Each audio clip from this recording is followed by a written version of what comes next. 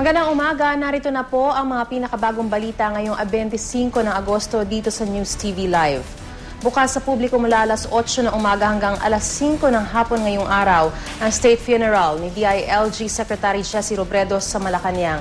At para sa detalye may ulat si Cedric Castillo. Cedric. Good morning, Maris. Matapos nga ma-extend kagabi na hanggang alas 11, kagabi nga ang public viewing para sa mga labi ni DILG Secretary Jesse Robredo ay muli ito magpapatuloy ngayong araw, ngayong maghapon nga bago tuloy ang iuwi si Robredo sa Naga City bukas naman. At bagamat sarado sa publiko ay may ilang mga private cars na sa labas ng Kalayaan Hall na namataan ng GMA News sa lumipas na magdamag. Pero sa ngayon na hindi pa natin nakukumpirma kung sino-sino yung mga dumalaw sa labi ng dating kalihim kaninang madaling araw.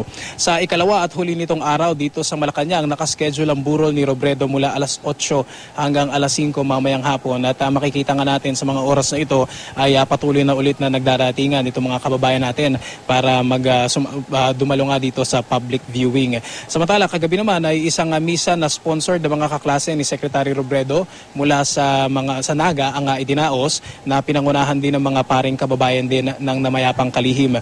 Maliban sa kanyang asawa at mga anak, dinaluhan din ito ng Pangulong Noynoy Aquino at mga cabinet officials. Umapon naman ang suporta kay Robredo kahapon din mula sa ilan pa nating mga kababayan na nagtiyagang pumila ilang oras bago pabuksan sa publiko ang Kalayaan Hall.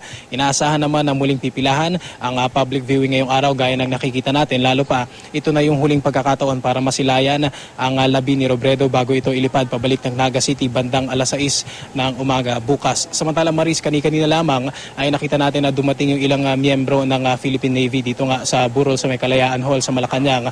At napag-alaman natin ito yung mismong mga miyembro ng Philippine Navy na nag-rescue doon sa may Masbate kung saan natagpuan nga ang mga labi ni dating DILG Secretary Jesse Robredo. At yan muna ang latest mula rito sa Kalayaan Hall sa may Malacanang. Balik muna sa inyo, Maris. Maraming salamat, Cedric Castillo.